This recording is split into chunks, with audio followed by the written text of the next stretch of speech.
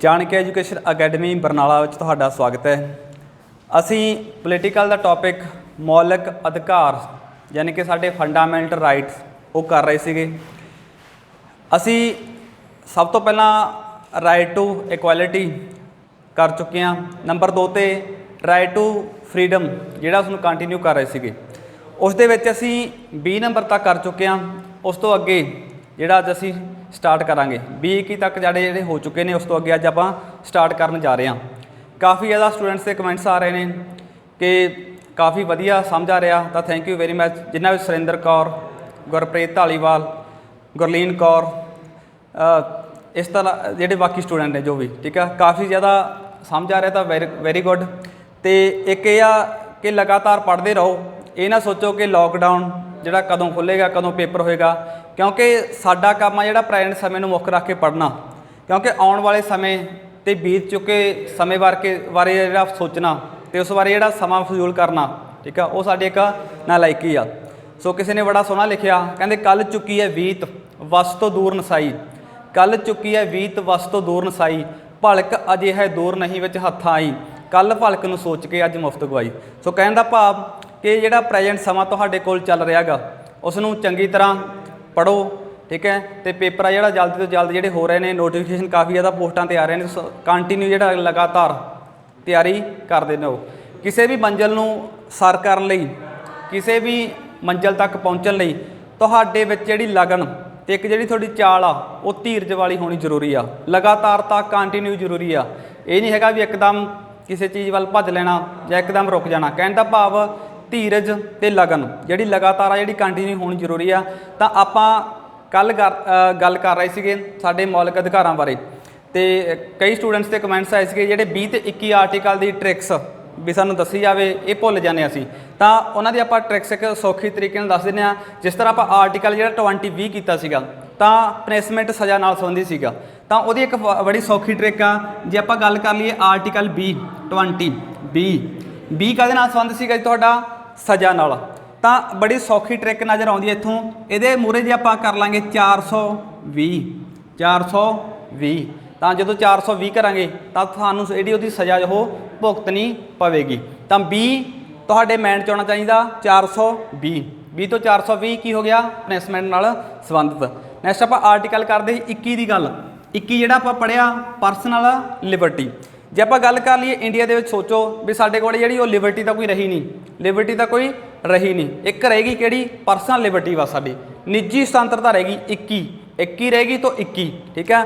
तो 21 आर्टिकल की ट्रिक तो भाव की आ भी साडे कोले एक ही लिबर्टी रहेगी किहड़ी परसनल लिबर्टी की। 21 तो भाव 21 रहेगी तो एक ही रहेगी। आप याद रखिए एक तो रहेगी 21 तो तुहाडी ट्रिक नज़र आ रही है भी 21 है जी थोड़ी की आ परसनल लिबर्टी आ। तो इस तो बाद आप 21A जो थोड़ा कराई दिता सी ट्रिक भी 21A तो एजुकेशन याद रख सकते हो ठीक है। अज आप गल करते हैं आर्टिकल 22 जोड़ा कि साडा किहड़े विच आउंदा गा राइट टू फ्रीडम्स दे विच आउंदा गा ठीक है। तो आर्टिकल जोड़ा 22 की है तुहाडा अरैसट कहने का भाव गिरफ्तारी नाल संबंधित आगा की आगा प्रोटैक्शन अपना प्रोटैक्शन अगेंस्ट अरैसट एंड डिटेंशन। तो कहने का भाव कि तुहाडा जिहड़ा आर्टिकल 22 आ की आ गिरफ्तार नाल संबंधित आ। तो यह एक बड़ा सौखा ट्रिक आ गिरफ्तार ठीक है। जे आपां तुहानूं कोई पुछदा भी गिरफ्तारी संबंधी की इत्थे 22 तुसीं कहोगे भी 22 की गल करदे हो तुसीं 22 तो जिहड़ा तुहाडा गिरफ्तार कर लिया 22 गिरफ्तार कर लिया। तो बड़ी सौखी ट्रिक आ भी 22 गिरफ्तार कर लिया उसनूं पुलिस लैगी 22 नूं ठीक है। तो कहने का भाव ये ट्रिक की आ 22 आर्टिकल है जिहड़ा तुहाडा की आ गिरफ्तारी नाल संबंधित आ। तो हुण आपां नूं एक इत्थे थोड़ा जिहा पता होना चाहिए कि जिहड़ी गिरफ्तारी किसी व्यक्ति की गिरफ्तारी होने तो पहलां किहड़ियां गल्लां जिहड़ियां ओह जरूरी हुंदियां ने, पुलिस लई किहड़ियां गल्लां दी पालना करनी है जिहड़ी ओह जरूरी हुंदी आ। तां सब तो पहलां जदों कोई जिहड़ा पुलिस अधिकारी आ तुहानूं गिरफ्तार करन लई आएगा तो उसनूं सूचित करना पएगा, उसनूं दसना पएगा। किस नूं दसना पएगा जी नंबर 1 ते देखो जी सूचित करना पवेगा। सूचित किस नूं करेगा सूचित करना। नंबर 1 ते आएगा सूचित करना। या तो की करेगा तुहाडे फैमिली मैंबर नूं सूचित करेगा भी असी इस व्यक्ति नूं इस जुर्म दे विच गिरफ्तार करके लिजा रहे हैं। या फिर सैकंडली की होएगा तुहाडा कोई फ्रेंड आ तुहाडा कोई फ्रेंड सर्कल दे विच आ उसनूं पुलिस आ जिहड़ी सूचित करेगी फ्रेंड फ्रेंडली, ठीक है। फ्रेंडली ਜਿਹੜਾ ਮੈਂਬਰ ਆ ਜਾਂ ਫਰੈਂਡਲੀ ਆ ਜਿਹੜਾ ਤੁਹਾਡਾ ਕੋਈ ਫਰੈਂਡ ਆ, ਠੀਕ ਆ। ਨੰਬਰ 2 ਤੇ ਤੁਸੀਂ ਫਰੈਂਡ ਯਾਦ ਰੱਖਦੇ ਹੋ, ਤੁਹਾਡੇ ਕਿਸੇ ਫਰੈਂਡ ਨੂੰ ਜਿਹੜੀ ਪੁਲਿਸ ਉਹ ਸੂਚਿਤ ਕਰੇਗੀ। ਨੰਬਰ 3 ਤੇ ਜੇਕਰ ਇਹਨਾਂ ਦੇ ਵਿੱਚੋਂ ਕੋਈ ਨਹੀਂ ਮਿਲਦਾ ਤਾਂ ਥਰਡ ਪਰਸਨ, ਤਾਂ ਕੌਣ ਆ ਜੀ? Third person. ਤਾਂ ਥਰਡ ਪਰਸਨ ਦੇ ਵਿੱਚ ਕੀ ਆ ਜੀ? ਕੋਈ ਵੀ ਹੋ ਸਕਦਾ, ਕੋਈ ਜਿਹੜਾ ਤੁਹਾਡੇ ਪਿੰਡ ਦਾ ਨੁਮਾਇੰਦਾ ਹੋ ਸਕਦਾ ਗਾ ਜਾਂ ਕੋਈ ਹੋਰ ਹੋ ਸਕਦਾ। ਕਹਿਣ ਦਾ ਭਾਵ ਜਦੋਂ ਪੁਲਿਸ ਕਿਸੇ ਵਿਅਕਤੀ ਨੂੰ ਗ੍ਰਿਫਤਾਰ ਕਰਕੇ ਲੈ ਕੇ ਜਾਂਦੀ ਆ ਤਾਂ ਉਸ ਨੂੰ ਦੱਸਣਾ ਪਏਗਾ ਤੁਹਾਡੇ ਫੈਮਿਲੀ ਮੈਂਬਰ ਨੂੰ ਜਾਂ ਤੁਹਾਡੇ ਕਿਸੇ ਫਰੈਂਡ ਨੂੰ ਜਾਂ ਫਿਰ ਕਿਸੇ ਥਰਡ ਪਰਸਨ ਨੂੰ, ਠੀਕ ਹੈ। ਤਾਂ ਹੀ ਜਿਹੜੀ ਪੁਲਿਸ ਤੁਹਾਨੂੰ ਗ੍ਰਿਫਤਾਰ ਕਰਕੇ ਲਿਜਾ ਸਕਦੀ ਆ। ਨੈਕਸਟ ਨੰਬਰ 2 ਤੇ ਕੀ ਆ? ਜਦੋਂ ਪੁਲਿਸ ਗ੍ਰਿਫਤਾਰ ਕਰਕੇ ਲੈ ਕੇ ਜਾਂਦੀ ਆ ਤਾਂ ਇੱਕ ਕੀ ਹੁੰਦਾ ਗਾ 24 ਘੰਟੇ ਦੇ ਅੰਦਰ ਅੰਦਰ, ਨੰਬਰ 2 ਤੇ ਇਹਦੇ ਵਿੱਚ ਪੁਆਇੰਟ ਆਉਂਦਾ 24 ਘੰਟੇ ਦੇ ਅੰਦਰ ਅੰਦਰ ਉਸ ਨੂੰ ਜੱਜ ਸਾਹਮਣੇ ਪੇਸ਼ ਕਰਨਾ ਜ਼ਰੂਰੀ ਆ ਜਾਂ ਫਿਰ ਉਸ ਤੇ ਕਾਨੂੰਨੀ ਜਿਹੜੀ ਕਾਰਵਾਈ ਆ ਉਹ ਜ਼ਰੂਰੀ ਹੈਗੀ। ਤਾਂ ਕਹਿੰਦਾ ਵਾ ਨੰਬਰ 2 ਤੇ ਕੀ ਆ? 24 ਘੰਟੇ ਦੇ ਅੰਦਰ, 24 ਘੰਟੇ ਦੇ ਅੰਦਰ ਅੰਦਰ ਕੀ ਆ? 24 ਘੰਟੇ ਦੇ ਅੰਦਰ ਅੰਦਰ ਤੇ ਜੱਜ ਸਾਹਮਣੇ ਪੇਸ਼ ਕਰਨਾ ਜ਼ਰੂਰੀ ਹੁੰਦਾ ਗਾ। ਜੱਜ ਸਾਹਮਣੇ ਪੇਸ਼ ਕਰਨਾ ਜਾਂ ਕਾਨੂੰਨੀ ਕਾਰਵਾਈ ਠੀਕ ਹੈ। ਤਾਂ ਇੱਕ ਇੱਥੇ ਇਹ ਗੱਲ ਯਾਦ ਰੱਖਣੀ ਆ ਵੀ ਜਿਹੜਾ 24 ਘੰਟੇ ਦਾ ਸਮਾਂ ਹੁੰਦਾ ਗਾ, ਜਿਹੜਾ 24 ਘੰਟੇ ਦਾ ਸਮਾਂ ਹੁੰਦਾ ਇਹ ਤੁਹਾਡਾ ਕੀ ਆ? ਆਉਣ ਜਾਣ ਦਾ ਸਮਾਂ ਕੱਢ ਕੇ ਆ ਇੱਥੇ ਜੀ। ਕੀ ਆ ਜੀ? ਇੱਥੇ ਆਉਣ ਜਾਣ ਦਾ ਸਮਾਂ ਕੱਢ ਕੇ। ਤਾਂ ਕਹਿਣ ਦਾ ਭਾਵ ਜਦੋਂ ਕਿਸੇ ਵਿਅਕਤੀ ਨੂੰ ਪੁਲਿਸ ਜਿਹੜੀ ਗ੍ਰਿਫਤਾਰ ਕਰਕੇ ਲੈ ਗਈ ਤਾਂ ਉਸ ਨੂੰ 24 ਘੰਟੇ ਦੇ ਅੰਦਰ ਅੰਦਰ ਜੱਜ ਸਾਹਮਣੇ ਪੇਸ਼ ਕਰਨਾ ਜ਼ਰੂਰੀ ਆ ਜਾਂ ਉਸ 'ਤੇ ਜਿਹੜੀ ਆ ਕਾਨੂੰਨੀ ਕਾਰਵਾਈ ਜ਼ਰੂਰੀ ਹੁੰਦੀ ਆ, ਜਿਵੇਂ FIR ਕਹਿ ਦਿੰਦੇ ਆਪਾਂ, ਠੀਕ ਹੈ। ਤਾਂ ਇਸ ਕਰਕੇ ਕੀ ਆ? ਇਹ ਆਉਣ ਜਾਣ ਦਾ ਸਮਾਂ ਕੱਢ ਕੇ ਹੁੰਦਾ ਜਿਹੜਾ 24 ਘੰਟੇ ਆ। ਨੰਬਰ 3 ਤੇ ਕੀ ਆ? ਗ੍ਰਿਫਤਾਰ ਕੀਤਾ ਜਿਹੜਾ ਵਿਅਕਤੀ ਹੁੰਦਾ ਉਹ ਕੋਈ ਵੀ ਆਪਣੀ ਮਰਜ਼ੀ ਦਾ ਜਿਹੜਾ ਵਕੀਲ ਲਾਇਰ ਉਹ ਸਿਲੈਕਟ ਕਰ ਸਕਦਾ ਗਾ। ਨੰਬਰ 3 ਤੇ ਕੀ ਆ? ਕੋਈ ਵੀ ਵਿਅਕਤੀ ਆਪਣੀ ਮਰਜ਼ੀ ਦਾ ਵਕੀਲ ਕਰ ਸਕਦਾ, ਆਪਣੀ ਮਰਜ਼ੀ ਦਾ ਵਕੀਲ ਜਿਹੜਾ ਕਰ ਸਕਦਾ ਗਾ, ਠੀਕ ਹੈ। ਤੇ ਇਸ ਤੋਂ ਭਾਵ ਇਹ 3 ਗੱਲਾਂ ਜਿਹੜੀਆਂ ਇਹਦੇ ਵਿੱਚ ਆਉਂਦੀਆਂ ਨੇ। ਕਿਸੇ ਵੀ ਜਦੋਂ ਵਿਅਕਤੀ ਨੂੰ ਗ੍ਰਿਫਤਾਰ ਕਰਨਾ ਹੋਵੇ ਉਸ 'ਤੇ ਆਪਣਾ ਫੈਮਿਲੀ ਮੈਂਬਰ ਨੂੰ ਦੱਸਣਾ, ਨੰਬਰ 2 ਤੇ ਫਰੈਂਡ ਨੂੰ ਜਾਂ ਫਿਰ ਥਰਡ ਪਰਸਨ ਨੂੰ, ਠੀਕ ਹੈ। ਨੈਕਸਟ 2 ਦੇ ਵਿੱਚ ਕੀ ਆ? 24 ਘੰਟੇ ਦੇ ਅੰਦਰ ਅੰਦਰ ਜਿਹੜਾ ਉਸ ਨੂੰ ਜੱਜ ਸਾਹਮਣੇ ਪੇਸ਼ ਕਰਨਾ ਜ਼ਰੂਰੀ ਹੈ ਜਾਂ ਉਸ 'ਤੇ ਬਣਦੀ ਕਾਰਵਾਈ।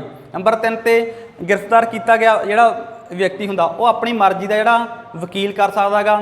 ਤੇ ਇੱਕ ਜੋ ਵਿਅਕਤੀ ਗ੍ਰਿਫਤਾਰ ਕਰਨ ਆ ਰਿਹਾ ਉਸ ਨੂੰ ਆਪਣਾ ਜਿਹੜੀ ਮੈਮੋ ਵੀ ਬਣਾ ਕੇ ਦੇਣੀ ਪੈਂਦੀ ਆ ਵੀ ਉਸ ਦਾ ਅਹੁਦਾ ਕੀ ਆ, ਕਿਹੜੇ ਜੁਰਮ ਦੇ ਵਿੱਚ ਉਸ ਨੂੰ ਗ੍ਰਿਫਤਾਰ ਕਰ ਰਿਹਾ। ਤਾਂ ਕਹਿਣ ਦਾ ਭਾਵ ਜੇ ਆਪਾਂ ਮੇਨਲੀ ਗੱਲ ਕਰ ਲਈ ਜਿਹੜਾ ਆਰਟੀਕਲ 22 ਤੁਹਾਡਾ ਕਾਹਦੇ ਨਾਲ ਸੰਬੰਧਿਤ ਹੈ ਜੀ? ਤੁਹਾਡਾ ਗ੍ਰਿਫਤਾਰੀ ਨਾਲ। ਤਾਂ ਇਹ ਹੈਗੇ ਸੀ ਆਪਣੇ 19 ਤੋਂ ਲੈ ਕੇ ਜਿਹੜੇ 22 ਤੱਕ ਕਿਹੜੇ ਸੀ ਸਾਡੇ ਮੌਲਿਕ ਅਧਿਕਾਰ? ਰਾਈਟ ਟੂ ਫਰੀडम ਜੀ, ਰਾਈਟ ਟੂ ਫਰੀडम। ਨੈਕਸਟ ਆਪਾਂ ਗੱਲ ਕਰਦੇ ਹਾਂ ਜਿਹੜਾ ਸਾਡਾ ਤੀਜਾ ਮੌਲਿਕ ਅਧਿਕਾਰ ਆ ਜੀ, ਜਿਹੜਾ ਸਾਡਾ ਥਰਡ ਜਿਹੜਾ ਮੌਲਿਕ ਅਧਿਕਾਰ ਆ ਫੰਡਾਮੈਂਟਲ ਰਾਈਟ ਆ ਉਹ ਕਿਹੜਾ ਜੀ? ਨੰਬਰ 3 ਤੇ right to exploitation, right to exploitation. ਦੇਖੋ ਜੀ, ਰਾਈਟ ਟੂ ਐਕਸਪਲੋਇਟੇਸ਼ਨ, ਠੀਕ ਹੈ। ਕਹਿਣ ਦਾ ਭਾਵ ਪੰਜਾਬੀ ਦੇ ਵਿੱਚ ਕੀ ਹੈ ਜੀ? ਸ਼ੋਸ਼ਣ ਦੇ ਵਿਰੁੱਧ। ਸ਼ੋਸ਼ਣ ਦੇ ਵਿਰੁੱਧ ਕਿਹੜੇ ਆ ਗਏ ਤੁਹਾਡੇ? 23 ਤੇ 24। ਸ਼ੋਸ਼ਣ ਦੇ ਵਿਰੁੱਧ ਜਿਹੜੇ ਤੁਹਾਡੇ ਮੌਲਿਕ ਅਧਿਕਾਰ ਹੈਗੇ ਆ 23 ਤੇ 24 ਬਣਦੇ ਆ ਜੀ ਇਹਦੇ ਵਿੱਚ। ਤਾਂ ਦੇਖੋ 23 ਦੇ ਵਿੱਚ ਤੁਹਾਨੂੰ ਕਿਹੜੇ ਸ਼ੋਸ਼ਣ ਦੀ ਗੱਲ ਕੀਤੀ ਗਈ ਆ ਤੇ 24 ਦੇ ਵਿੱਚ ਕਿਹੜੇ ਸ਼ੋਸ਼ਣ ਦੀ ਗੱਲ ਕੀਤੀ ਗਈ ਆ। ਤਾਂ ਆਪਾਂ ਸਭ ਤੋਂ ਪਹਿਲਾਂ ਦੇਖਦੇ ਹਾਂ ਆਰਟੀਕਲ 23-24 ਨੂੰ। ਤਾਂ 23-24 ਦੇ ਵਿੱਚ ਆਪਾਂ ਦੇਖਦੇ ਹਾਂ ਸਭ ਤੋਂ ਨੰਬਰ 1 ਤੇ ਕੀ ਗੱਲ ਕੀਤੀ ਗਈ ਹੈ। ਸਭ ਤੋਂ ਪਹਿਲਾਂ 23 ਦੇ ਵਿੱਚ, ਠੀਕ ਹੈ।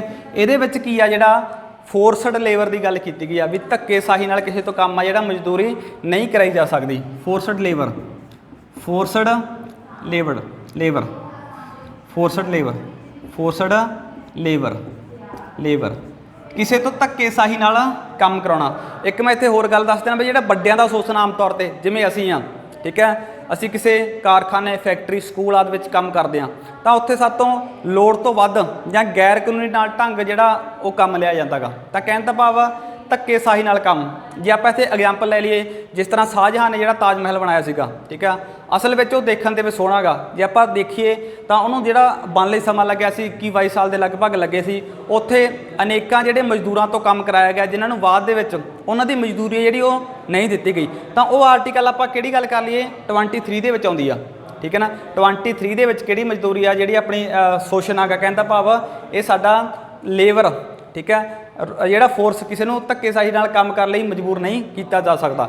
ਇੱਕ ਇਹਦੇ ਵਿੱਚ ਹੋਰ ਆ ਜਾਂਦਾ ਗਾ, ਜਿਸ ਤਰ੍ਹਾਂ ਆਪਾਂ ਕਹਿ ਦਈਏ ਜਿਹੜੇ ਔਰਤਾਂ ਤੇ ਮਰਦਾਂ ਦੀ ਜਿਹੜੀ ਖਰੀਦ ਵੇਚ ਵਾਟਾ, ठीक है। तो जिस तरह आप दिल्ली सल्तनत टॉपिक पढ़ते हैं देखते हैं आप ਉਹਦੇ गुलाम ਸੀਗੇ इल्तुतमिश वर्गे, ठीक है, कुतुबुद्दीन ऐबक वर्गे, ठीक है, ਜਾਂ ਫਿਰ ਅੱਜ ਵੀ ਔਰਤਾਂ ਨੂੰ ਜਿਹੜੇ ਸਾਡੇ ਗਰੀਬ ਸਟੇਟ ਨੇ ਜਿਵੇਂ ਨੇਪਾਲ ਵਗੈਰਾ, ठीक है, ਉੱਥੋਂ ਖਰੀਦਿਆ ਜਾਂਦਾ। ਤਾਂ ਕਹਿਣ ਦਾ ਭਾਵ ਉਹ ਵੀ ਜਿਹੜੀ ਖਰੀਦ ਵੇਚ ਵੱਟ ਉਹ ਵੀ ਜਿਹੜੀ ਇਸ ਆਰਟੀਕਲ ਦੇ ਅੰਡਰ ਆਉਂਦੀ ਆ। ਤਾਂ ਆਰਟੀਕਲ 23 ਸਾਡਾ ਕੀ ਆ, ਇਸ ਤਰ੍ਹਾਂ ਦੇ ਜਿਹੜੇ ਸ਼ੋਸ਼ਣ ਦੀ ਗੱਲ ਕਰਦਾ ਗਾ, ਚਾਹੇ ਉਹ ਸਾਡਾ ਸਰੀਰਕ ਸ਼ੋਸ਼ਣ ਆ, ਚਾਹੇ ਸਾਡਾ ਫੈਕਟਰੀਆਂ ਕਾਰਖਾਨਿਆਂ ਦੇ ਵਿੱਚ ਮਾਨਸਿਕ ਜਿਸ ਤਰ੍ਹਾਂ ਵੀ ਸ਼ੋਸ਼ਣ ਆ, ਕਹਿੰਦਾ ਆਰਟੀਕਲ ਸਾਡਾ 23 ਨਾਲ ਸੰਬੰਧਿਤ। ਨੈਕਸਟ ਆਪਾਂ ਗੱਲ ਕਰਦੇ ਆਰਟੀਕਲ 24। 24 ਆਰਟੀਕਲ ਦੇ ਵਿੱਚ ਤੁਹਾਡੀ ਕੀ ਆ ਜਿਹੜੀ ਗੱਲ ਕੀਤੀ ਗਈ ਆ। 24 ਦੇ ਵਿੱਚ ਜਿਹੜਾ ਤੁਹਾਡਾ ਹੈਗਾ ਗਾ ਚਾਈਲਡ ਲੇਬਰ ਦੀ ਗੱਲ ਕੀਤੀ ਗਈ ਆ, ਠੀਕ ਹੈ, ਬੱਚਿਆਂ ਦੇ ਸ਼ੋਸ਼ਣ ਦੀ। ਚਾਈਲਡ ਲੇਬਰ देखो चाइल्ड लेबर की आ, ਜਿਹੜੇ ਬੱਚੇ ਜਿਨ੍ਹਾਂ ਦੀ ਏਜ, ठीक है, बिलो एज, जिन्हां दी एज 6 ਤੋਂ ਲੈ ਕੇ 14 ਸਾਲ ਤੱਕ ਹੈਗੀ, ਜਿਨ੍ਹਾਂ ਦੀ ਏਜ 6 ਤੋਂ ਲੈ ਕੇ 14 ਸਾਲ ਤੱਕ ਆ, ਉਹ ਕਿਸੇ ਵੀ ਫੈਕਟਰੀ ਜਾਂ ਕਾਰਖਾਨੇ ਦੇ ਵਿੱਚ ਕੰਮ ਕਰਨ ਦੇ ਯੋਗ ਨਹੀਂ ਹੋਣਗੇ। ਕਹਿਣ ਦਾ ਭਾਵ ਸਰਕਾਰ ਨੇ ਕਿਹਾਗਾ ਵੀ ਜਿਹੜੇ ਬੱਚਿਆਂ ਦੀ ਏਜ 14 ਸਾਲ ਤੋਂ ਘੱਟ ਆ ਉਹ ਕਿਸੇ ਵੀ ਫੈਕਟਰੀ ਕਾਰਖਾਨੇ ਹੋਟਲ ਦੇ ਵਿੱਚ ਕੰਮ ਨਹੀਂ ਕਰਨਗੇ। ਤਾਂ ਆਪਾਂ ਇਸ ਦੀ ਐਡ ਵੀ ਦੇਖਦੇ ਹਾਂ ਟੀਵੀ ਵਗੈਰਾ 'ਤੇ, ਠੀਕ ਆ, ਬਟ ਫਿਰ ਵੀ ਕੀ ਆ, ਅਸੀਂ ਪਿੰਡਾਂ ਦੇ ਵਿੱਚ ਸ਼ਹਿਰਾਂ ਦੇ ਵਿੱਚ 14 ਸਾਲ ਤੋਂ ਘੱਟ ਉਮਰ ਦੇ ਜਿਹੜੇ ਬੱਚੇ ਆ ਕੰਮ ਕਰਦੇ ਦੇਖਦੇ ਹਾਂ। ਬਟ ਦੂਜੇ ਪਾਸੇ ਕੀ ਸਾਡਾ ਜਿਹੜਾ ਕਾਨੂੰਨ ਆ ਕੀ ਕਹਿੰਦਾ, ਉਹ 14 ਸਾਲ ਤੋਂ ਘੱਟ ਉਮਰ ਦੇ ਬੱਚਿਆਂ ਲਈ ਜਿਹੜਾ ਉਹ ਆਪਣਾ ਜਿਹੜਾ ਮਜ਼ਦੂਰੀ ਆ ਜਿਹੜੀ ਉਹ 'ਤੇ ਰੋਕ ਲਾਈ ਗਈ ਆ। ਤਾਂ ਇਹਦਾ ਇੱਕ ਟ੍ਰਿਕ ਬੜਾ ਸੌਖਾ ਗਾ, 24 ਵੀ ਜਿਹੜੇ ਬੱਚੇ ਆ ਉਹ ਬੜੇ ਮਾਸੂਮ ਨੇ, ਜਿਹੜਾ ਬੱਚੇ ਆ ਉਹ ਬੜੇ ਮਾਸੂਮ ਨੇ, ਤਾਂ ਕੀ ਆ ਉਹ 24 ਘੰਟੇ ਜਿਹੜੇ ਕੰਮ ਨਹੀਂ ਕਰ ਸਕਦੇ। ਬੱਚੇ ਕੀ ਆ 24 ਘੰਟੇ ਕੰਮ ਨਹੀਂ ਕਰ ਸਕਦੇ। ਇੱਥੇ ਮੈਂ ਤੁਹਾਨੂੰ ਇੱਕ ਟ੍ਰਿਕ ਹੋਰ ਦੱਸਾਂਗਾ ਅੱਗੇ, ਕਿਉਂਕਿ ਆਪਾਂ ਜਦੋਂ supreme court and high court ਪੜਾਂਗੇ ਤਾਂ ਉੱਥੇ ਜਾ ਕੇ ਕੀ ਆ, ਸੁਪਰੀਮ ਕੋਰਟ ਦਾ ਆਰਟੀਕਲ ਜਿਹੜਾ ਹੈਗਾ ਸਾਡੀ ਸੁਪਰੀਮ ਕੋਰਟ ਉਹਦਾ ਹੈਗਾ ਜੀ 124। ਤਾਂ ਇੱਥੋਂ ਤੁਹਾਡਾ ਕਿਵੇਂ ਯਾਦ ਰਹੂਗਾ, ਇਹਨੂੰ ਆਪਾਂ ਰਿਲੇਟ ਕਰਦੇ ਹਾਂ ਥੋੜ੍ਹਾ ਜਿਹਾ। ਵੀ ਮੰਨ ਲਓ ਇੱਕ ਬੱਚੇ ਇਸ ਸ਼ੋਸ਼ਣ ਦਾ ਸ਼ਿਕਾਰ ਹੋ ਰਿਹਾ, 14 ਸਾਲ ਤੋਂ ਘੱਟ ਉਮਰ ਦਾ ਬੱਚਾ ਉਹ ਇਸ ਸ਼ੋਸ਼ਣ ਦਾ ਸ਼ਿਕਾਰ ਹੋ ਰਿਹਾ, ਉਸ ਨੂੰ ਫੈਕਟਰੀ ਕਾਰਖਾਨੇ ਹੋਟਲ ਦੇ ਵਿੱਚ ਕੰਮ ਕਰਨਾ ਪੈ ਰਿਹਾ। ਤਾਂ ਇੱਕ ਬੱਚਾ ਕਿੱਥੇ ਜਾਏਗਾ, ਆਪਣੇ ਜਿਹੜੇ ਇਸ ਮੂਲ ਅਧਿਕਾਰ ਨੂੰ ਨਿਆਂ ਲੈਣ ਲਈ ਕਿੱਥੇ ਜਾਏਗਾ, ਸੁਪਰੀਮ ਕੋਰਟ। ਇੱਕ ਬੱਚਾ, ਤਾਂ ਆਪਾਂ ਇੱਕ ਲਾ ਦਾਂਗੇ ਇਸ ਦੇ ਅੱਗੇ, ਇੱਕ ਤੋਂ ਆਰਟੀਕਲ ਕਿੰਨਾ ਪਿੱਛੇ 24, ਤਾਂ ਆਰਟੀਕਲ ਕਿੰਨਾ ਹੋ ਗਿਆ 124। ਇਹ ਸਾਡੀ ਸੁਪਰੀਮ ਕੋਰਟ ਦਾ ਆਰਟੀਕਲ ਆ। ਕਈ ਵਾਰੀ ਪੁੱਛਿਆ ਜਾਂਦਾ ਵੀ ਜਿਹੜੀ ਸਾਡੀ ਸੁਪਰੀਮ ਕੋਰਟ ਦਿੱਲੀ ਦੇ ਵਿੱਚ ਬਣੀ ਹੋਈ ਆ, ਠੀਕ ਹੈ, ਉਹ ਕਿਹੜੇ ਆਰਟੀਕਲ ਥਰੂ ਬਣੀ ਹੋਈ ਆ, 124। ਜੇ ਦੂਸਰੇ ਪਾਸੇ ਆਪਾਂ ਗੱਲ ਕਰ ਲਈਏ ਹਾਈ ਕੋਰਟ, ਇਸੇ ਤਰ੍ਹਾਂ ਜਿਹੜਾ ਆਪਾਂ ਹਾਈ ਕੋਰਟ ਦਾ ਆਰਟੀਕਲ ਵੀ ਯਾਦ ਰੱਖ ਸਕਦੇ ਹਾਂ ਸੁਪਰੀਮ ਕੋਰਟ ਨੂੰ ਨਾਲ ਲਾ ਕੇ, ਠੀਕ ਹੈ। ਕਿਸ ਤਰ੍ਹਾਂ, ਕਿਉਂਕਿ ਇਹਦਾ ਆਰਟੀਕਲ ਜਿਹੜਾ ਆਪਾਂ 2 ਨੂੰ ਅੱਗੇ ਕਰ ਦਾਂਗੇ ਤੇ 1 ਨੂੰ ਪਿੱਛੇ, ਤਾਂ ਇਹਦਾ ਹੈਗਾ 214 ਜੀ। ਤਾਂ ਇਸ ਤਰੀਕੇ ਨਾਲ ਆਪਾਂ ਯਾਦ ਰੱਖ ਸਕਦੇ ਹਾਂ। ਤਾਂ ਇਹ ਹੈਗੇ ਤੁਹਾਡੇ ਆਰਟੀਕਲ ਜਿਹੜੇ ਹੈਗੇ 23 ਤੇ 24 ਜਿਹੜੇ ਕਿ ਸ਼ੋਸ਼ਣ ਦੀ ਗੱਲ ਕਰਦੇ ਆ।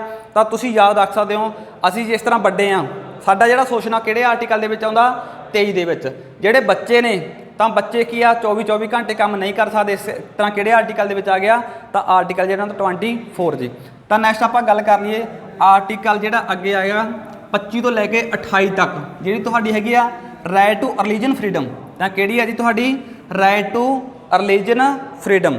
ਤਾਂ ਨੈਕਸਟ ਜਿਹੜਾ ਆਪਣਾ ਮੌਲਿਕ ਅਧਿਕਾਰ ਦੇਖੋ ਜੀ, ਚੌਥੇ ਨੰਬਰ ਦਾ ਕਿਹੜਾ ਗਿਆ, ਰਾਈਟ ਟੂ ਰਿਲੀਜਨ ਫਰੀਡਮ, ਠੀਕ ਹੈ, ਰਿਲੀਜਨ ਫਰੀਡਮ। ਤਾਂ ਸਾਰਿਆਂ ਨੂੰ ਪਤਾ ਹੋਣਾ ਚਾਹੀਦਾ 25 ਤੋਂ ਲੈ ਕੇ 28 ਤੱਕ ਜੀ। ਤਾਂ 25 ਤੋਂ ਲੈ ਕੇ 28 ਤੱਕ ਜਿਹੜੀ ਸਾਡੀ ਚੱਲਦੀ ਆ ਰਿਲੀਜਨ ਫਰੀਡਮ ਜੀ। ਕਿੰਨੇ ਤੋਂ ਲੈ ਕੇ ਜੀ, 25 ਤੋਂ ਲੈ ਕੇ 28 ਤੱਕ। ਨੋਟ ਕਰ ਸਕਦੇ ਹੋ 25 ਤੋਂ ਲੈ ਕੇ 28 ਤੱਕ ਆਪਣੀ ਧਾਰਮਿਕ ਸੁਤੰਤਰਤਾਵਾਂ ਜਿਹੜੀਆਂ ਉਹਨਾਂ ਦਾ ਵਰਣਨ ਕੀਤਾ ਗਿਆ, ਠੀਕ ਹੈ। ਤਾਂ ਇੱਥੇ ਮੈਂ ਤੁਹਾਨੂੰ ਇੱਕ ਬੜੇ ਸੌਖੇ ਤਰੀਕੇ ਨਾਲ ਗੱਲ ਦੱਸ ਰਿਹਾ ਵੀ ਅਸੀਂ ਹਰ ਇੱਕ ਕੋਈ ਨਾ ਕਿਸੇ ਧਰਮ ਨੂੰ ਜਿਹੜਾ ਅਪਣਾਇਆ ਹੋਇਆ ਮੰਨਦੇ ਹਾਂ, ਹਰ ਰੋਜ਼ ਆਪਣੇ ਧਰਮ ਦੀ ਜਿਹੜੀ ਪ੍ਰਾਰਥਨਾ ਕਰਦੇ ਹਾਂ।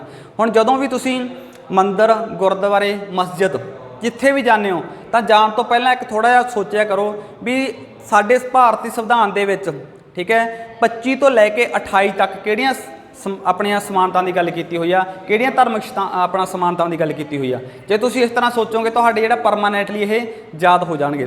ਕਿਉਂਕਿ ਦੇਖੋ ਕਿਸੇ ਵੀ ਚੀਜ਼ ਨੂੰ ਪ੍ਰੈਕਟੀਕਲ ਜਦੋਂ ਆਪਾਂ ਕਰਾਂਗੇ ਉਹ ਜਲਦੀ ਜਿਹੜੀ ਤੁਹਾਡੇ ਯਾਦ ਹੋਏਗੀ, ਰੈਕਟੀਫਿਕੇਸ਼ਨ ਆ ਜਿਹੜੀ ਉਹ ਬਹੁਤ ਜਲਦੀ ਜਿਹੜੀ ਤੁਹਾਡੇ ਭੁੱਲ ਜਾਓਗੇ, ਯਾਦ ਨਹੀਂ ਰਹੇਗੀ। ਤਾਂ ਤੁਸੀਂ ਜਦੋਂ ਵੀ ਧਾਰਮਿਕ ਸਥਾਨ 'ਤੇ ਜਾਂਦੇ ਹੋ ਤਾਂ ਸੋਚੋ ਵੀ 25 ਤੋਂ ਲੈ ਕੇ 28 ਕੀ ਆ। ਤਾਂ ਅੱਜ ਆਪਾਂ ਉਹਨਾਂ ਦੀ ਗੱਲ ਕਰਦੇ ਹਾਂ। ਤਾਂ 25 ਦੇ ਵਿੱਚ ਕੀ ਆ, ਦੇਖੋ ਜੀ ਆਰਟੀਕਲ ਜਿਹੜਾ ਹੈਗਾ ਤੁਹਾਡਾ 25, ਇਹਦੇ ਵਿੱਚ ਕਿਹੜੀ ਸਮਾਨਤਾ ਦੀ ਗੱਲ ਕੀਤੀ ਗਈ ਆ। 25 ਦੇ ਵਿੱਚ ਕਿਹਾ ਗਿਆ ਵੀ ਕੋਈ ਵੀ ਵਿਅਕਤੀ ਉਹ ਕਿਸੇ ਵੀ ਧਰਮ ਨੂੰ ਮੰਨ ਸਕਦਾ, ਕਿਸੇ ਵੀ ਧਰਮ ਨੂੰ ਅਪਣਾ ਸਕਦਾ ਤੇ ਕਿਸੇ ਵੀ ਧਰਮ ਦਾ ਜਿਹੜਾ ਉਹ ਆਈਡੀਆ ਫਾਰਵਰਡ ਕਰ ਸਕਦਾ ਗਾ, ਵਿਚਾਰਾਂ ਦਾ ਜਿਹੜਾ ਪ੍ਰਚਾਰ ਕਰ ਸਕਦਾ, ਕਹਿਣ ਦਾ ਭਾਵ, ਠੀਕ ਹੈ। ਤਾਂ ਕਹਿਣ ਦਾ ਡਾਇਰੈਕਟਲੀ ਆਪਾਂ ਗੱਲ ਕਰ ਲਈਏ, ਠੀਕ ਹੈ। ਤਾਂ ਕਿਸੇ ਵੀ ਧਰਮ ਨੂੰ ਮੰਨਣਾ, ਕਿਸੇ ਵੀ ਧਰਮ ਨੂੰ ਮੰਨਣਾ, ਸਿੱਧੀ ਜਿਹੀ ਗੱਲ, ਠੀਕ ਹੈ, ਧਰਮ ਨੂੰ ਮੰਨਣਾ, ਠੀਕ ਹੈ। ਨੰਬਰ 2 ਤੇ ਕਿਸੇ ਵੀ ਧਰਮ ਨੂੰ ਅਪਣਾਉਣਾ, ਕਿਸੇ ਵੀ ਧਰਮ ਨੂੰ ਅਪਣਾ ਲੈਣਾ ਅਤੇ ਵਿਚਾਰਾਂ ਦਾ ਪ੍ਰਚਾਰ ਕਰਨਾ, ਠੀਕ ਹੈ। ਤਾਂ ਜਦੋਂ ਵੀ ਆਪਾਂ, ਕੋਈ ਜ਼ਰੂਰੀ ਨਹੀਂ ਵੀ ਆਪਾਂ ਹਿੰਦੂ ਧਰਮ 'ਚ ਪੈਦਾ ਹੋਇਆ, ਸਿੱਖ 'ਚ ਪੈਦਾ ਹੋਇਆ, ਸਿਰਫ ਉਹੀ ਧਰਮ ਰਹੇਗਾ। ਅਸੀਂ ਕਿਸੇ ਵੀ ਧਰਮ ਨੂੰ ਅਪਣਾ ਸਕਦੇ ਹਾਂ, ਕਿਸੇ ਵੀ ਧਰਮ ਨੂੰ ਮੰਨ ਸਕਦੇ ਹਾਂ, ਕਿ ਕਿਸੇ ਵੀ ਧਰਮ ਦਾ ਜਿਹੜਾ ਪ੍ਰਚਾਰ ਉਹ ਕਰ ਸਕਦੇ ਹਾਂ, ਕਹਿਣ ਦਾ ਭਾਵ। ਤੇ ਨੈਕਸਟ ਆਪਾਂ ਗੱਲ ਕਰ ਲਈਏ ਅਗਲਾ ਨੰਬਰ 26 ਦੇ ਵਿੱਚ, ਠੀਕ ਹੈ। 26 ਆਰਟੀਕਲ ਕੀ ਆ, ਜਿਹੜਾ ਅਸੀਂ ਮੈਨੇਜ ਸੰਸਥਾ ਕਰ ਸਕਦੇ ਹਾਂ, ਕੋਈ ਜਿਹੜੀ ਆਪਣੀ ਸੰਸਥਾ ਨੂੰ ਮੈਨੇਜ ਕਰ ਸਕਦੇ ਹਾਂ, ਠੀਕ ਹੈ। ਇਹਦੇ ਵਿੱਚ ਕੀ ਆ, ਕੋਈ ਵੀ ਧਰਮ ਆ ਜਿਹੜੀ ਆਪਣੀ ਉਹ ਸੰਸਥਾ ਬਣਾ ਸਕਦਾ ਗਾ ਤੇ ਉਹਦੇ ਨਾਲ ਪ੍ਰਚਾਰ ਕਰ ਸਕਦਾ ਸੰਸਥਾ ਬਣਾ ਕੇ, ਠੀਕ ਹੈ। ਸੰਸਥਾ ਮੈਨੇਜ ਕਰ ਸਕਦਾ, ਲਿਖੋ ਆਪਣਾ ਸੰਸਥਾ ਬਣਾ ਸਕਦਾ, ਕੋਈ ਵੀ ਧਰਮ ਸੰਸਥਾ ਬਣਾ ਸਕਦੇ ਹਾਂ, ਠੀਕ ਹੈ। ਕੋਈ ਵੀ ਧਰਮ ਆਪਣੀ ਸੰਸਥਾ ਬਣਾ ਸਕਦਾ, ਸਿੱਧੇ ਡਾਇਰੈਕਟਲੀ ਆਪਾਂ ਸ਼ਬਦਾਂ ਵਿੱਚ ਸੰਸਥਾ ਮੈਨੇਜ ਕਰਨਾ, ਠੀਕ ਹੈ। ਕੋਈ ਵੀ ਐਗਜ਼ਾਮਪਲ ਦੇ ਤੌਰ ਤੇ ਮੈਂ ਤੁਹਾਨੂੰ ਇੱਥੇ ਕੀ ਕਹਾਂ, ਜਿਵੇਂ ਆਪਾਂ ਐਗਜ਼ਾਮਪਲ ਦੇ ਤੌਰ ਬਣਾਈ ਹੋਈ ਹੈ SGPC, ਤਾਂ ਫੁੱਲ ਫਾਰਮ ਕੀ ਹੈ ਜੀ SGPC ਦੀ? ਸ਼੍ਰੋਮਣੀ ਗੁਰਦੁਆਰਾ ਪ੍ਰਬੰਧਕ ਕਮੇਟੀ। ਤਾਂ ਜਿਹੜੀ SGPC ਜਿਹੜੀ ਬਣੀ ਹੋਈ ਆ, ਇੱਥੇ ਕਈ ਵਾਰੀ ਕੁਐਸਚਨ ਵੀ ਪੁੱਟ ਕੀਤੇ ਜਾਂਦੇ ਆ ਵੀ ਇਹ ਜਿਹੜੀ ਕਦੋਂ ਬਣੀ ਸੀ। ਇਹ ਬਣੀ ਸੀ ਨਵੰਬਰ 1920 ਦੇ ਵਿੱਚ, ਠੀਕ ਆ। ਇਸ ਦਾ ਜਿਹੜਾ ਪਹਿਲਾ ਪ੍ਰਧਾਨ ਸੀਗਾ, ਉਹ 'ਤੇ ਵੀ ਕੁਐਸਚਨ ਪੁੱਟ ਜਾਂਦਾ, ਕਈ ਵਾਰੀ ਕੀਤਾ ਜਾਂਦਾ, ਆਪਣਾ ਸੁੰਦਰ ਸਿੰਘ ਮਜੀਠੀਆ। ਜਾਂ ਜਿਹੜੀ ਇਹਦੀ ਪ੍ਰੈਜੈਂਟ ਜਿਹੜੀ ਪ੍ਰਧਾਨ ਆ, ਇਸਤਰੀ ਆ, ਉਹ ਹੈਗੇ ਬੀਬੀ ਜਗੀਰ ਕੌਰ। ਪਹਿਲੀ ਇਸਤਰੀ ਵੀ ਬੀਬੀ ਜਗੀਰ ਕੌਰ ਹੀ ਬਣੀ ਸੀ ਇਹਦੀ। ਤਾਂ ਇਹ ਆਪਾਂ ਪੜਾਂਗੇ SGPC ਬਾਰੇ। ਤਾਂ ਦੇਖੋ ਜਿਹੜੀ SGPC ਬਣੀ ਹੋਈ ਆ, ਉਹ ਸਿੱਖ ਧਰਮ ਦੇ ਜਿਹੜਾ ਪ੍ਰਚਾਰ ਤੇ ਵਿਕਾਸ ਲਈ ਬਣੀ ਹੋਈ ਸੰਸਥਾ ਗਈ।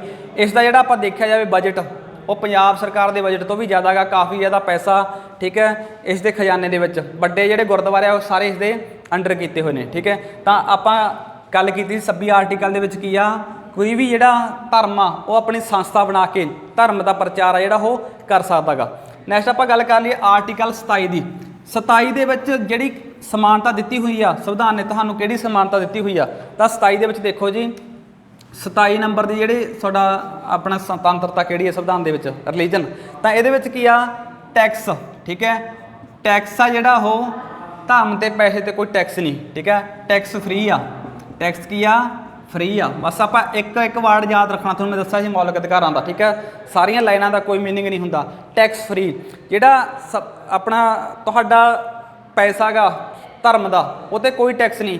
ਬਟ ਜੇਕਰ ਤੁਹਾਡੀ ਆਮਦਨ 5 ਲੱਖ ਤੋਂ ਅਧਿਕ ਆ ਜਿਹੜੀ ਸਾਲਾਨਾ, ਤਾਂ ਤੁਹਾਡੇ 'ਤੇ ਕੀ ਟੈਕਸ ਪਏਗਾ, ਠੀਕ ਆ। ਪਰ ਧਰਮ ਦੇ ਪੈਸੇ 'ਤੇ ਅਜਿਹਾ ਕੋਈ ਟੈਕਸ ਨਹੀਂ ਹੈ। ਤਾਂ ਕਹਿੰਦਾ ਉਹ ਸੰਵਿਧਾਨ ਨੇ ਕੀ ਕਿਹਾ ਵੀ ਜਿਹੜਾ ਇਹ ਆਪਣੇ ਧਰਮ ਦੇ ਪ੍ਰਚਾਰ ਲਈ, ਠੀਕ ਹੈ, ਤਾਂ ਧਰਮ ਨੂੰ ਪ੍ਰਫੁੱਲਿਤ ਕਰਨ ਲਈ ਜਿਹੜਾ ਇਹ ਆਪਣਾ ਕਾਰਜ ਕਰ ਰਹੇ ਨੇ, ਇਸ ਕਰਕੇ ਧਰਮ ਦੇ ਪੈਸੇ ਤੋਂ ਕੋਈ ਟੈਕਸ ਹੈ ਜਿਹੜਾ ਉਹ ਨਹੀਂ ਲਿਆ ਜਾਵੇਗਾ। ਨੈਕਸਟ ਆਪਾਂ ਗੱਲ ਕਰ ਲਈਏ ਨੰਬਰ 28 ਤੇ।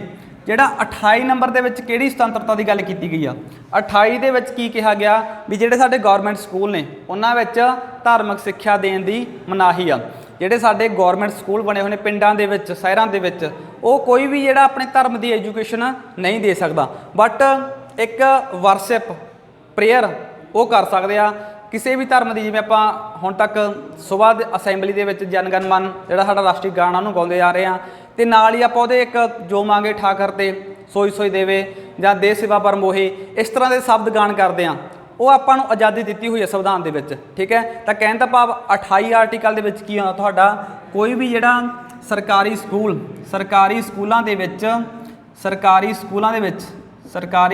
ਵਿੱਚ ਧਾਰਮਿਕ ਸਿੱਖਿਆ ਦੇਣ ਦੀ ਮਨਾਹੀ ਹੈ ਜੀ।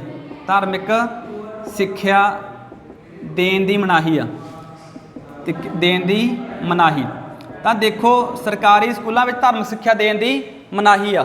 ਤਾਂ ਕੋਈ ਵੀ ਸਕੂਲ ਆਪਣੇ ਧਰਮ ਸਿੱਖਿਆ ਨਹੀਂ ਦੇ ਸਕਦਾ। ਬਟ ਇੱਥੇ ਤੁਹਾਡੇ ਮਾਈਂਡ ਦੇ ਵਿੱਚ ਇੱਕ ਸਵਾਲ ਆਏਗਾ ਵੀ ਜਿਸ ਤਰ੍ਹਾਂ ਕੁਝ ਅਕੈਡਮੀਆਂ ਨੇ, ਠੀਕ ਹੈ, ਚਾਹੇ ਉਹ ਟੱਲੇਵਾਲ ਅਕੈਡਮੀ ਆ, ਵੜੂ ਸਾਹਿਬ ਵਾਲੀਆਂ ਕਾਫੀ ਅਕੈਡਮੀਆਂ ਨੇ, ਠੀਕ ਹੈ, ਜਿਹੜੀਆਂ ਧਾਰਮਿਕ ਸਿੱਖਿਆ ਦੇ ਰਹੀਆਂ ਨੇ। ਬਟ ਉਹ ਆਰਟੀਕਲ ਉਹ ਜਿਹੜੀਆਂ ਮਿਨੋਰਟੀ ਦੇ ਵਿੱਚ ਆਉਂਦੀਆਂ ਨੇ, ਮਿਨੋਰਟੀ ਆਪਾਂ ਆਰਟੀਕਲ 30 ਦੇ ਵਿੱਚ ਕਰਾਂਗੇ ਵੀ ਉਹ ਜਿਹੜੇ ਘੱਟ ਗਿਣਤੀ ਜਿਹੜੇ ਸਾਡੇ ਧਰਮ ਨੇ ਮਿਨੋਰਟੀ ਦੇ ਵਿੱਚ, ਜਿਵੇਂ ਸਿੱਖ ਹੋ ਗਿਆ, ਪਰਸੀਅਨ ਹੋ ਗਏ, ਕ੍ਰਿਸਚਨ ਹੋ ਗਏ, ਬੋਧੀ ਹੋ ਗਏ, ਜੈਨੀ ਹੋ ਗਏ, ਤਾਂ ਉਹਨਾਂ ਨੂੰ ਉਹ ਸਹੂਲਤ ਦਿੱਤੀ ਹੋਈ ਆ ਕਿ ਆਪਣੇ ਸਕੂਲ ਬਣਾ ਕੇ, ਆਪਣੀਆਂ ਸੰਸਥਾ ਬਣਾ ਕੇ ਜਿਹੜੀ ਧਰਮ ਸਿੱਖਿਆ ਦੇ ਸਕਦੇ ਆ। ਤਾਂ ਇਸ ਕਰਕੇ 25 ਤੋਂ ਲੈ ਕੇ 28 ਦੇ ਵਿੱਚ ਕਿਹੜੀਆਂ ਸੁਤੰਤਰਤਾ ਆ ਗਈਆਂ, ਇੱਕ ਵਾਰੀ ਫਿਰ ਦੁਬਾਰਾ ਰਿਪੀਟ ਕਰਦਾ। 25 ਦੇ ਵਿੱਚ ਕੀ ਆ? 25 ਦੇ ਵਿੱਚ ਇਹ ਆ कि तुसी कोई भी धर्म नूं मन सकदे हो, अपना सकदे हो, तो उहदा प्रचार कर सकदे हो। सब्बी दे विच की आ, सब्बी नूं एक एग्जाम्पल याद रख लो बस, SGPC, सब्बी SGPC, बस इदां याद रखो भी सब्बी के अकॉर्डिंग साडी गुरुद्वारा प्रबंधक कमेटी जिहड़ी वो बनी हुई है। कोई भी धर्म अपनी संस्था मैनेज कर सकदा है।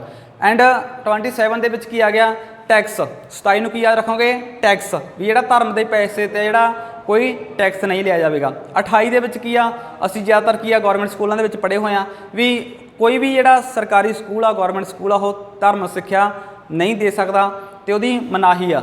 बट उत्थे एक प्रेयर प्रार्थना करने का अधिकार हैगा सानू, ठीक है, वो तुसीं याद रखते हो। तो ये है साडे 25 तो लैके 28 तक जिहड़े तुहाडीआं धार्मिक सुतंत्रतावां ने, ठीक है। तो इन्हां नूं एक बार फिर मैं तुहानूं वार-वार कहना भी जदों भी तुसीं किते धर्म की गल चलती है तो उत्थे जरूर इन्हां नूं सोचो भी 25 तो लैके 28 तक साडीआं किहड़ियां समानतावां आउंदियां ने। जदों तुसीं एक दो बार सोचोगे तो तुहाडे माइंड दे विच परमानेंटली होणगीआं, ठीक है, लाइफ टाइम लई याद रहणगीआं। तो आपां अगे गल कर लईए जिहड़ा अपना 5th जिहड़ा मौलिक अधिकार हैगा किहड़ा जी, अपना culture and education. Culture and education की गल करते सी आपां, लिखो जी नंबर 5 ते culture and education, culture and education, ठीक है। तो कितना आर्टिकल होंदा सीगा जी 29 एंड 30, ठीक है। 29 30 दे विच जिहड़ियां साडीआं किहड़ा जिहड़ा गल कीती गई आ, तो इत्थे आपां ध्यान देवांगे। तो 29 30 कल्चर एंड एजुकेशन ते 29 दे विच की कहा गया जी, आप ध्यान दिओ थोड़ा जिहा। 29 दे विच 29 दे विच 29 दे विच जिहड़े साडे मिनोरिटी हुंदे ने, जिहड़े साडे मिनोरिटी अल्पसंख्यक धर्म हुंदे ने, उन्हां नूं ये सुविधा दित्ती गई आ भी अपना जिहड़े मिनोरिटीज़ हुंदियां ने, घट गिनतियां हुंदियां ने, वो अपनी संस्कृति अते सभ्याचार दा जिहड़ा वो विकास कर सकदे आ, ठीक है।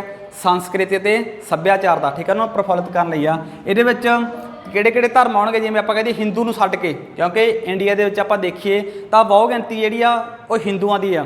हिंदुआं नूं छड्ड के बाकी जिहड़े भी रह गए, कई बारी पेपर 'च पुट कीता गया भी आर्टिकल 29 दे विच किहड़ी जिहड़ी सभ्याचार ते संस्कृति नूं प्रमोट करन दी जिहड़ी गल कीती गई आ, तां उहदे विच की आ गया सिख हो गए, पर्शियन हो गए, क्रिश्चन हो गए, बोधी हो गए, जैनी हो गए, ठीक है। ये सारे जिहड़े धर्म आउंदे ने एक हिंदुआं नूं छड्ड के, ठीक है, हिंदू कास्ट नूं छड्ड के बाकी 29 दे विच आउणगे, ठीक है। सभ्याचार ते संस्कृति नूं प्रफुल्लित करन दी उन्हां नूं आग्या दिंदा, कहण दा भाव सभ्याचार ते संस्कृति नूं, सभ्याचार अते संस्कृति इन्हां दी, सभ्याचार अते संस्कृति इन्हां दी कहण दा भाव लैंग्वेज, ठीक है। जिहड़े मिनोरिटी हुंदे आ सभ्याचार ते इन्हां दी संस्कृति लैंग्वेज वगैरह प्रमोट करन दी इन्हां नूं आज़ादी दित्ती गई आर्टिकल 29 दे विच। भी इन्हां दी जिहड़ी संख्या वो अल्प आ, घट आ गई, ठीक है। तो इस करके इन्हां नूं आज़ादी दित्ती गई आ, क्योंकि आपां देखदे आ मिनोरिटी स्कॉलरशिप भी जिहड़ी आपां सुणदे आ पढ़दे आ, ठीक है, मिलदी आ मिनोरिटी स्कॉलरशिप भी अल्पसंख्यक घट गिनतियां किहड़ियां ने इंडिया दे विच, तुहानूं मैं दस चुकिया। कई बारी किहड़े-किहड़े धर्म आउंदे आ, दोबारा फिर बोल देना, सिख हो गए, पर्शियन हो गए, क्रिश्चन हो गए, बोधी, जैनी, ठीक है। ये सारे जिहड़े आ घट गिनतियां दे विच आउंदे हिंदुआं नूं छड्ड के। नैक्सट आपां गल कर लईए आर्टिकल 30 दे विच की आ रहा जी, 30 दे विच तुहाडा ये आ रहा भी जिहड़े साडे अल्पसंख्यक धर्म ने वो अपनियां स्कूल बना के उत्थे धार्मिक सिक्ख्या दे सकते हैं, ठीक है। अल्पसंख्यक जिहड़े हैगे धर्म अपने धर्म अल्पसंख्यक मिनोरिटी, चाहे आप इंग्लिश लिख लो मिनोरिटी, ठीक है। अल्पसंख्यक जिहड़े साडे धर्म ने वो अपने स्कूल बना के अपने स्कूल जां संस्थावां स्कूल जां संस्थावां बना के धार्मिक सिक्ख्या दे सकते हैं, धार्मिक सिक्ख्या दे सकते हैं, ठीक है, दे सकते हैं। तो कहने का भाव की आ ਜਿਹੜੀਆਂ ਆਪਾਂ ਅਕੈਡਮੀਆਂ ਦੇਖਦੇ ਹਾਂ ਮਿਨੋਰਿਟੀ ਦੇ ਆਧਾਰ ਤੇ ਵੀ ਉਸ ਧਾਰਮਿਕ ਸਿੱਖਿਆ ਦੇ ਰਹੀਆਂ ਨੇ, ਉਹ ਆਰਟੀਕਲ 30 ਦੇ ਅਕੋਰਡਿੰਗ ਬਣੀਆਂ ਹੋਈਆਂ ਨੇ। ਸੰਵਿਧਾਨ ਦੇ ਵਿੱਚ ਲਿਖਿਆ ਹੋਇਆ ਵੀ ਜਿਹੜੇ ਅਲਪਸੰਖਿਅਕ ਸਾਡੇ ਧਰਮ ਨੇ, ਸੰਸਥਾਵਾਂ ਨੇ, ਉਹ ਆਪਣੇ ਸਕੂਲ ਬਣਾ ਕੇ ਜਿਹੜੀਆਂ ਧਾਰਮਿਕ ਸਿੱਖਿਆ ਦੇ ਸਕਦੀਆਂ ਨੇ, ਤਾਂ ਉਹਨਾਂ ਨੂੰ ਆਜ਼ਾਦੀ ਮਿਲੀ ਹੋਈ ਆਰਟੀਕਲ 30 ਦੇ ਵਿੱਚ। ਤਾਂ ਕਹਿਣ ਦਾ ਭਾਵ ਆਪਣਾ ਆਰਟੀਕਲ ਜਿਹੜਾ 29-30 ਆ, ਜਿਹੜਾ ਸੰਵਿਧਾਨ ਦਾ ਜਿਹੜਾ ਆਪਣਾ ਮੌਲਿਕ ਅਧਿਕਾਰ 5ਵਾਂ ਕਲਚਰ ਐਂਡ ਐਜੂਕੇਸ਼ਨ 29-30 ਕਾਫੀ ਵਾਰ पेपर 'ਚ पुट किया गया 29 आर्टिकल, ठीक है। तो याद रख सकते हो। अगे जो आप गल करते हैं 31 जो आप डिलीट हो चुके हैं जी, ठीक है, सारे तकरीबन आप दस चुके हैं भी जो 31 आर्टिकल आ संविधान का राइट टू की आ प्रॉपर्टी, ठीक है। इस संविधान की किहड़ी सूत्र राਹੀਂ डिलीट हो चुका है जी 44 अमेंडमेंट 1978 ਦੇ ਵਿੱਚ जी। तो किहड़े आर्टिकल ਦੇ ਵਿੱਚ आ गया ਸੀ 300A ਦੇ ਵਿੱਚ ਤੇ ਪਾर्ट 12 12वें भाग ਦੇ ਵਿੱਚ ਆਪਾਂ ਪੜਾਂਗੇ ਜਦੋਂ 12वें भाग ਤੇ गए। ਤਾਂ ਉਸ ਤੋਂ ਬਾਅਦ ਇਹ ਸਾਡਾ ਅੱਜ ਕਿਹੜਾ ਰਾਈਟ ਬਣ ਚੁੱਕਿਆ, ਲੀਗਲ ਰਾਈਟ। ਤਾਂ ਹੁਣ ਆਪਾਂ ਇੱਕ ਸਭ ਤੋਂ ਇੰਪੋਰਟੈਂਟ ਆਰਟੀਕਲ ਪੜਾਂਗੇ 32, ਠੀਕ ਹੈ। ਕਿਹੜਾ 32 ਆਰਟੀਕਲ ਕਿਹੜਾ ਜੀ, ਲਿਖੋ ਆਰਟੀਕਲ 32, ਬਹੁਤ ਜ਼ਿਆਦਾ ਪੇਪਰ 'ਚ ਪੁੱਟ ਕੀਤਾ ਗਿਆ ਆਰਟੀਕਲ 32, 32 ਠੀਕ ਹੈ। ਇਹ ਕਿਹੜਾ ਜੀ, ਕਨਸਟੀਟਿਊਸ਼ਨਲ ਰੈਮੀਡਲ, ਠੀਕ ਹੈ। ਲਿਖੋ ਸੰਵਿਧਾਨਕ ਉਪਚਾਰਾਂ ਦਾ, ਕਨਸਟੀਟਿਊਸ਼ਨਲ ਰੈਮੀਡਸ,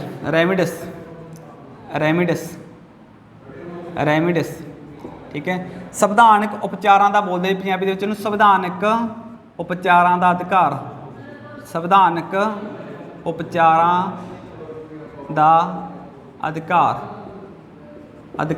ਠੀਕ ਹੈ। ਆਰਟੀਕਲ ਕਿਹੜਾ ਜੀ 32, ਇੱਧਰ ਵੀ ਲਿਖ ਦਿੰਦੇ ਆਪਾਂ ਆਰਟੀਕਲ 32। ਕਨਸਟੀਟਿਊਸ਼ਨਲ ਰੈਮੀਡਿਸ, ਸੰਵਿਧਾਨਕ ਉਪਚਾਰਾਂ ਦਾ। ਦੇਖੋ ਜੀ ਇਹਨੂੰ ਪਹਿਲਾਂ ਥੋੜ੍ਹਾ ਸਮਝੋ।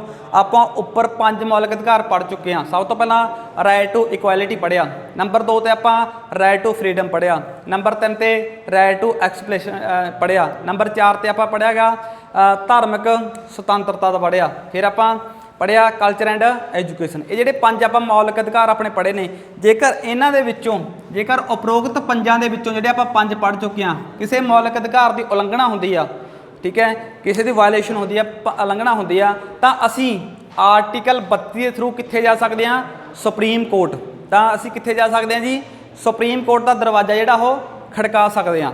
ਤਾਂ ਇਸੇ ਕਰਕੇ, ਇਸੇ ਗੁਣ ਕਰਕੇ, ਤਾਂ ਕਰਕੇ ਆਪਾਂ ਇਹਨੂੰ ਉਪਚਾਰ ਕਹਿੰਦੇ ਹਾਂ, ਉਪਚਾਰ ਕਰਾਉਣਾ, ਠੀਕ ਹੈ। ਤਾਂ ਇਸੇ ਗੁਣ ਕਰਕੇ ਡਾਕਟਰ BR ਅੰਬੇਦਕਰ ਨੇ ਇਸਨੂੰ ਸੰਵਿਧਾਨ ਦਾ ਦਿਲ ਤੇ ਆਤਮਾ ਕਿਹਾ ਸੀਗਾ। ਕੀ ਕਿਹਾ ਸੀ ਇਸਨੂੰ, ਸੰਵਿਧਾਨ ਦਾ ਦਿਲ ਤੇ ਆਤਮਾ। ਦੇਖੋ ਇੱਥੇ 2 ਜਿਹੜਾ ਬੇ ਨਾਲ ਕੁਐਸਚਨ ਪੁੱਟ ਕੀਤੇ ਜਾਂਦੇ ਆ।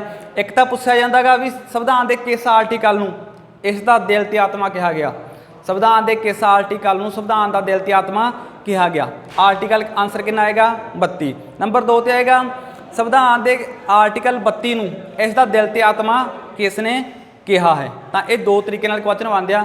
ਤਾਂ ਇੱਥੇ ਆਪਾਂ ਲਿਖਦੇ ਹਾਂ, ਲਿਖੋ ਅਨੁਛੇਦ 32 ਨੂੰ, ਅਨੁਛੇਦ 32 ਅਧੀਨ, ਅਨੁਛੇਦ 32 ਅਧੀਨ ਅਸੀਂ ਆਪਣਾ ਅਨੁਛੇਦ 32 ਦੇ ਅਧੀਨ ਅਸੀਂ ਮੌਲਿਕ ਅਧਿਕਾਰਾਂ ਦੀ ਉਲੰਘਣਾ ਤੇ, ਮੌਲਿਕ ਅਧਿਕਾਰਾਂ ਦੀ ਉਲੰਘਣਾ ਕਰਨ ਤੇ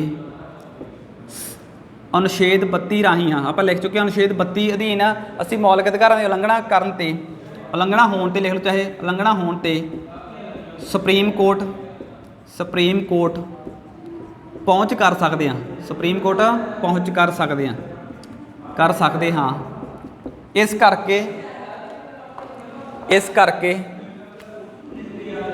ਕਰਕੇ ਡਾਕਟਰ BR ਅੰਬੇਦਕਰ ਨੇ, ਇਸ ਕਰਕੇ ਡਾਕਟਰ BR ਅੰਬੇਦਕਰ ਨੇ ਇਸ ਨੂੰ ਸੰਵਿਧਾਨ ਦਾ ਦਿਲ, ਇਸ ਨੂੰ ਸੰਵਿਧਾਨ ਦਾ ਦਿਲ ਅਤੇ ਆਤਮਾ ਕਿਹਾ ਹੈ, ਦਿਲ ਅਤੇ ਆਤਮਾ ਕਿਹਾ ਹੈ, ਠੀਕ ਹੈ। ਤਾਂ ਇਸ ਕਰਕੇ ਦੇਖੋ 2 ਕੁਐਸਚਨ ਬਣਦੇ, ਇੱਕ ਤਾਂ ਕਿਸ ਆਰਟੀਕਲ ਨੂੰ ਕਿਹਾ, ਇੱਕ ਕਿਸ ਨੇ ਕਿਹਾ ਹੈ। ਤਾਂ ਤੁਹਾਡੇ ਦੋਨੇ ਮਾਈਂਡ 'ਚ ਹੋਣੇ ਚਾਹੀਦੇ ਆ। ਉਸ ਤੋਂ ਬਾਅਦ ਜਿਹੜੀ ਹਾਈ ਕੋਰਟ 'ਚ ਰਿਟ ਪੈਂਦੀ ਆ, ਆਰਟੀਕਲ 226, ਸੁਪਰੀਮ ਕੋਰਟ 'ਚ ਪੈਂਦੀ ਆ 32, ਹਾਈ ਕੋਰਟ 'ਚ ਪੈਂਦੀ ਆ 26 ਦੇ ਅਧੀਨ, ਠੀਕ ਹੈ। ਤਾਂ ਜਿਹੜੀ ਸੁਪਰੀਮ ਕੋਰਟ 'ਚ ਪੈਂਦੀ ਆ ਰਿਟ, ਇਹ ਪੈਂਦੀ ਆ ਆਰਟੀਕਲ 32 ਦੇ ਅਧੀਨ, ਠੀਕ ਹੈ। ਤੁਸੀਂ ਯਾਦ ਰੱਖ ਸਕਦੇ ਹੋ, ਆਪਾਂ ਅੱਗੇ ਇਹਨਾਂ ਨੂੰ ਪੜਾਂਗੇ। ਤਾਂ ਜਿਹੜੇ ਅੱਗੇ ਆਪਾਂ ਇਸ ਤੋਂ ਬਾਅਦ 5 ਰਿਟਸ ਜਿਹੜੀ ਆਪਾਂ ਉਹ ਕੰਪਲੀਟ ਕਰਾਂਗੇ ਅਗਲੇ ਲੈਕਚਰ ਦੇ ਵਿੱਚ। ਤਾਂ ਅੱਜ ਆਪਾਂ ਸੰਵਿਧਾਨ ਦਾ ਜਿਹੜੇ ਮੌਲਿਕ ਅਧਿਕਾਰ ਬਾਕੀ ਰਹਿੰਦੇ ਸੀਗੇ, ਆਪਾਂ ਟ੍ਰਿਕ ਵਾਈਜ਼ ਵੀ ਕਰ ਚੁੱਕੇ ਹਾਂ ਇਹਨਾਂ ਨੂੰ, ਠੀਕ ਹੈ। ਤੇ 23, 24, 25, 26, 27, 28 ਜਿੰਨੇ ਵੀ ਆਪਾਂ ਕੀਤੇ ਨੇ, ਇਹਨਾਂ ਨੂੰ ਚੰਗੇ ਤਰੀਕੇ ਨਾਲ ਇੱਕ ਵਾਰ ਫਿਰ ਪੜ੍ਹਨਾ। ਉਸ ਤੋਂ ਬਾਅਦ ਕੁਝ ਕੁ ਜਿਹੜੇ ਪੁਆਇੰਟ ਨੇ, ਦੇਖੋ ਇੱਕ ਕੁਐਸਚਨ ਪੁੱਟ ਕੀਤਾ ਜਾ ਸਕਦਾ ਵੀ ਜਿਹੜੇ ਮੌਲਿਕ ਅਧਿਕਾਰਾਂ ਦੀ ਮੰਗ ਹੈ ਜਿਹੜੀ ਉਹ ਕਦੋਂ ਤੇ ਕਿੱਥੇ ਕੀਤੀ ਗਈ ਆ, ਠੀਕ ਆ। ਆਪਾਂ ਥੋੜ੍ਹਾ ਜਿਹਾ ਉਹ ਵੀ ਦੱਸ ਦਿੰਦੇ ਹਾਂ।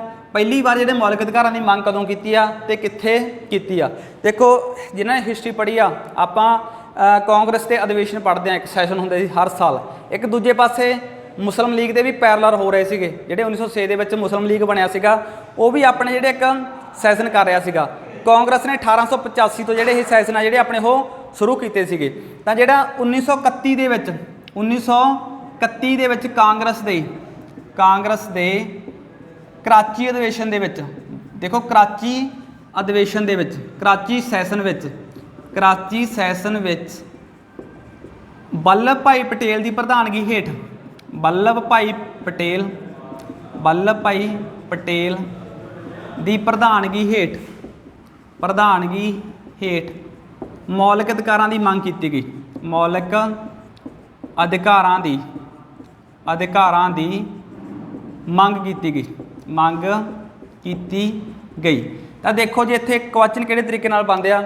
1931 ਦੇ ਵਿੱਚ ਕੀ ਹੋਇਆ? 1931 ਦੇ ਵਿੱਚ ਕਾਂਗਰਸ ਦਾ ਜਿਹੜਾ ਸੈਸ਼ਨ ਹੋਇਆ ਸੀ, ਕਿੱਥੇ ਹੋਇਆ ਸੀ? ਕਰਾਚੀ ਦੇ ਵਿੱਚ ਹੋਇਆ ਸੀਗਾ। ਦੇਖੋ ਕਰਾਚੀ ਦੇ ਵਿੱਚ 2 ਸੈਸ਼ਨ ਹੋਣੇ, ਕਿਸ ਤਰ੍ਹਾਂ ਯਾਦ ਰੱਖ ਸਕਦੇ ਆਪਾਂ? 1931 ਤੇ 13 ਦੇ ਵਿੱਚ ਹੋਏ ਨੇ ਦੋਨੇ, ਉਲਟ ਨੇ ਇਹ। 31 ਤੇ 13 ਦੇ ਵਿੱਚ 2 ਸੈਸ਼ਨ ਹੋਏ ਨੇ ਕਰਾਚੀ ਦੇ ਵਿੱਚ, ਠੀਕ ਹੈ। ਤਾਂ ਇਸ ਸਮੇਂ ਜਦੋਂ ਕਰਾਚੀ ਦੇ ਵਿੱਚ ਹੋਇਆ ਤਾਂ ਉੱਥੇ ਜਿਹੜੇ ਅਧਿਕਸ਼ਤਾ ਕੌਣ ਕਰ ਰਿਹਾ ਸੀਗਾ?